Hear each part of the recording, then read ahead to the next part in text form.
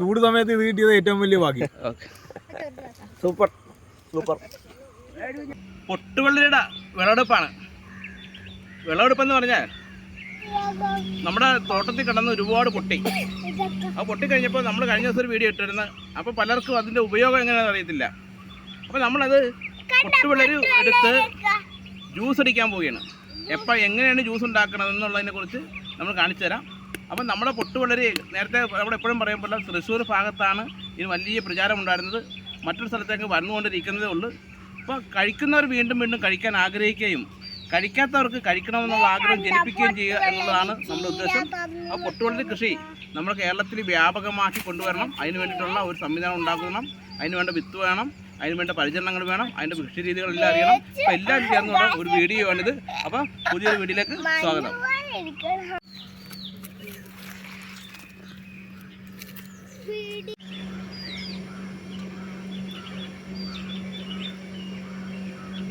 പൊട്ടുവെള്ളരിയുടെ കുരു ഇതുപോലെ നമ്മൾ ചെണ്ടിക്കളയും.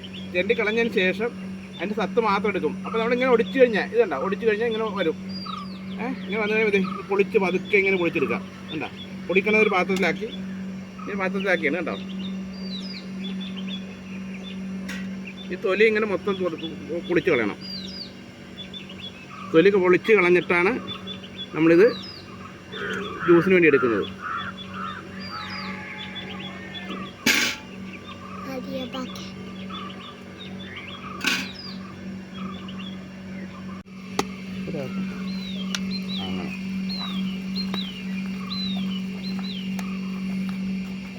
ഇപ്പം നന്നായിട്ടൊന്ന് ഇടിച്ച്, അതായത് നമ്മുടെ തവി കൊണ്ട് ഇടിച്ച് കൂട്ടിയിടിക്കുക. അതായത് പൊട്ടുപോലെ പറഞ്ഞാൽ പൊട്ടുപോലെ ഇരിക്കുന്നതാണ്. അത് ഇങ്ങനെ കുത്തി ഇങ്ങനെ എടുക്കുമ്പോൾ അതിൻ്റെ എല്ലാം കൂടി ചേർന്ന് അലിഞ്ഞ് വരും. ഇച്ചിരി കഴിയുമ്പോൾ നന്നായിട്ട് അലിയും. അപ്പോൾ ഇതിലേക്ക് നമ്മൾ കുറച്ച് പഞ്ചസാര ചേർക്കും, കുറച്ച് തേങ്ങാപ്പീര ചേർക്കും, പിന്നെ ജീരകം പൊടിച്ച് ചേർക്കും.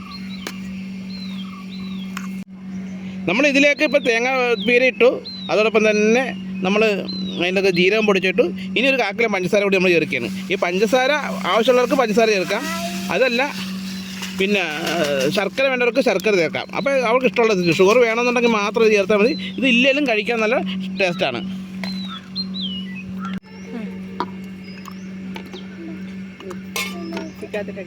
എന്നാ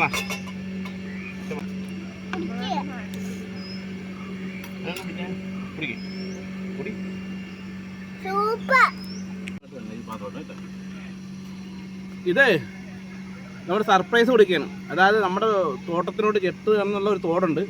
ആ തോട്ടിൽ കുറച്ച് പേര് വന്നത് മീൻ പിടിക്കുന്നുണ്ട്. നല്ല വെയിലാണിപ്പം. ആ വെയിലുള്ള സമയത്ത് അവർക്കൊന്ന് കുളിരാകാൻ വേണ്ടിയിട്ട് നമ്മൾ അവർക്ക് കൊണ്ട് കൊടുക്കാൻ വേണ്ടി റെഡിയാക്കിയതാണ്. ഇപ്പോൾ നമ്മൾ കൊടുക്കാം.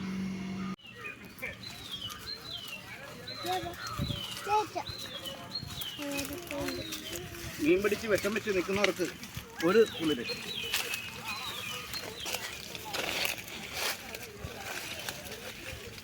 സാധനം കൊള്ളാം, അടിപൊളിയല്ലേ? അടിപൊളി, സൂപ്പർ. പറയാനില്ലല്ലോ, ഒന്നും പറയാനില്ല ഇതിൻ്റെ അത്.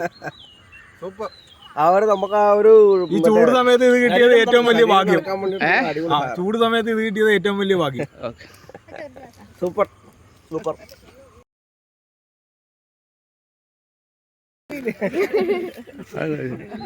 എങ്ങനെ ചേച്ചി?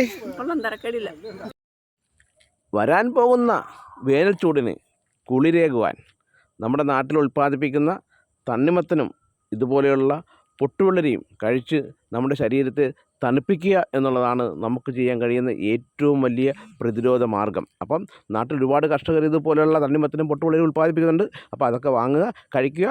മറ്റൊരു വീഡിയോയുമായി വീണ്ടും കാണാം. എല്ലാവർക്കും നന്ദി, നമസ്കാരം.